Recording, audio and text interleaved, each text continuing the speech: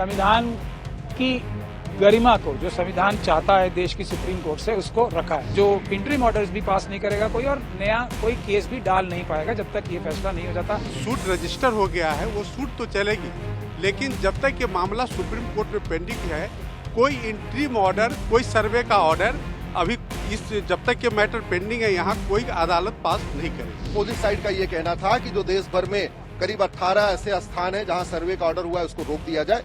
हमने कहा है कि इसको रोकना नहीं चाहिए, क्योंकि ये place of worship act religious character की बात करता है, और रिलीजियस कैरेक्टर देख के पता नहीं चल सकता। तुगलक गजनी गोरी के इल्लीगल काम को लीगलाइज नहीं किया जा सकता। संभल की शाही जामा मस्जिद के सर्वे का निचली अदालत ने आदेश दिया। प्रशासन इस आदेश को अमल कराने पहुंचा। न जाने कैसे हालात बने कि हिंसा भड़क गई और संभल हिंसा में 4 नौजवानों की जान चली गई। अब ये मामला ठंडा भी नहीं पड़ा था कि अजमेर की एक निचली अदालत ने अजमेर दरगाह को मंदिर बताने वाली याचिका सुनवाई के लिए स्वीकार कर ली।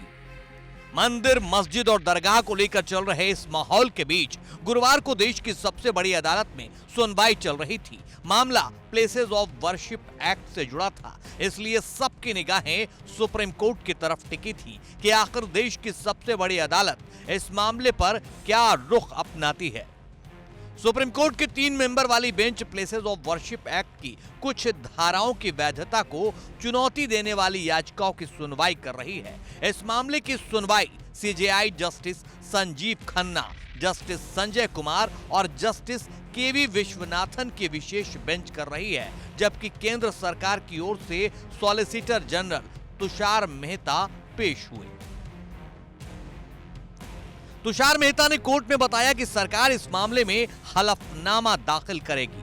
सुप्रीम कोर्ट ने कहा कि जब तक केंद्र का जवाब दाखिल नहीं होता, तब तक मामले की सुनवाई पूरी तरह संभव नहीं है। साथ ही कोर्ट ने यह भी निर्देश दिया कि मामले की सुनवाई के दौरान किसी भी तरह के नए मुकदमे दर्ज नहीं किए जा सकते, न कोई सर्वे का आदेश जारी होगा।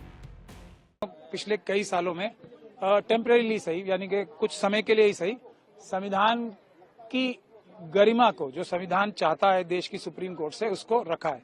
और मैं इसलिए नहीं कह रहा कि ये फैसला शायद हमारे पक्ष में नजर आ रहा है, इसलिए ये बात नहीं कह रहा हूं। हमारे पक्ष में ये इसलिए नजर आ रहा है कि गैरकानूनी तरीके से हर मस्जिद को, हजारों मस्जिदों को मंदिर बताने की कोशिश हो रही थी, तो इसलिए थोड़ा बहुत हमारे पक्ष में नजर आ रहा है। लेकिन कोर्ट ने जो रीजन दिया है इसका, वो ये दिया है कि जब एक किसी इशू के बारे में आप स्वयं ही चैलेंज कर रहे हो कि ये इशू जो है, इस पे सुप्रीम कोर्ट डिसाइड करे, तो निचली अदालतें उस इशू पे कैसे डिसीजन कोई दे सकती हैं।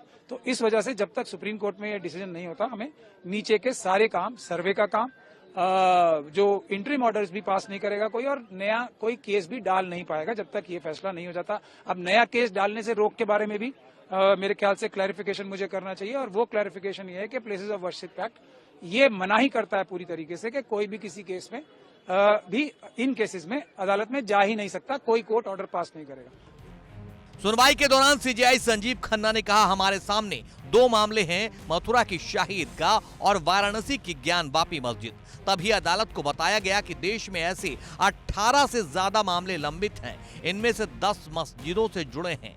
इसके बाद सुप्रीम कोर्ट ने केंद्र सरकार से याचिकाओं पर 4 हफ्ते में अपना पक्ष रखने को कहा। वर्शिप एक्ट में जो हिंदू पक्ष का भी पिटीशन था, जो सेक्शन 3 और 4 है, उसको ultra vires of the constitution declare किया जाए, जबकि मुस्लिम पक्ष का पिटीशन था कि प्लेसेस ऑफ वर्शिप एक्ट के सेक्शन 3 और 4 को इम्प्लीमेंट किया जाए। आज माननीय सर्वोच्च न्यायालय में दोनों पक्ष की दलीलें आई।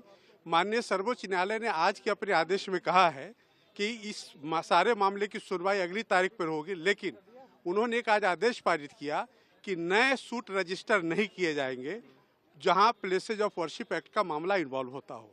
दूसरा, उन्होंने यह भी कहा कि जो सूट रजिस्टर हो गया है, वो सूट तो चलेगी, लेकिन जब तक ये मामला सुप्रीम कोर्ट में पेंडिंग है, कोई इंटरिम ऑर्डर, कोई अदालत जहां ये सूट पेंडिंग है, जो मुस्लिम पक्ष ने कहा 18 सूट टोटल पेंडिंग है, उसमें कोई इंटरिम ऑर्डर पास नहीं किया जाएगा जब तक section places of worship act का मामला इस कोर्ट में विचाराधीन है। सर्वे का भी कहा कि जो कोई सर्वे का ऑर्डर अभी जब तक ये मैटर पेंडिंग है, यहाँ कोई अदालत पास नहीं करेगी। हालांकि इस मामले में एक याचिकाकर्ता और वरिष्ठ वकील अश्वनी उपाध्याय का कहना है कि यह पूजा स्थल अधिनियम है, प्रार्थना स्थल अधिनियम नहीं।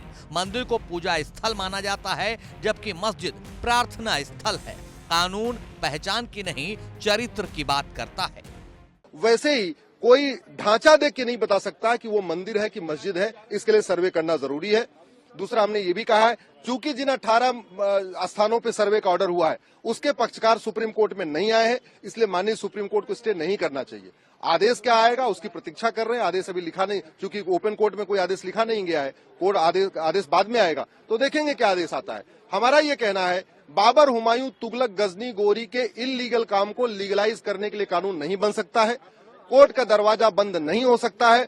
वक्फ कानून में कोर्ट का दरवाजा बंद हुआ है तो भी एक वक्फ बोर्ड, वक्फ ट्रिब्यूनल का रास्ता खोला है। आर्बिट्रेशन कानून में कोर्ट का दरवाजा बंद किया है तो भी एक आर्बिट्रेशन का रास्ता दिया है। ये कानून न आर्बिट्रेशन का रास्ता दे रहा है, न कोर्ट जाने का रास्ता दे रहा है, कोर्ट का दरवाजा भी बंद कर रहा है। ये पूरी तरीके से भारत के संविधान के खिलाफ है। भारत एक संप्रभु राष्ट्र हो चुका है और संप्रभु राष्ट्र में बाबर, हुमायूं, तुगलक, गजनी, गोरी के इल्लीगल काम को लीगलाइज नहीं किया जा सकता। इस सबसे बड़े सुनवाई के लिए देश की सबसे बड़ी अदालत को अब केंद्र सरकार के हलफनामे का इंतजार है, जिसके बाद इन तमाम याचिकाओं पर देश की सबसे बड़ी अदालत सुनवाई करेगी। लेकिन तब तक के लिए सुप्रीम अदालत ने निचली अदालतों के मनमाने आदेशों पर रोक तो जरूर लगा दी है।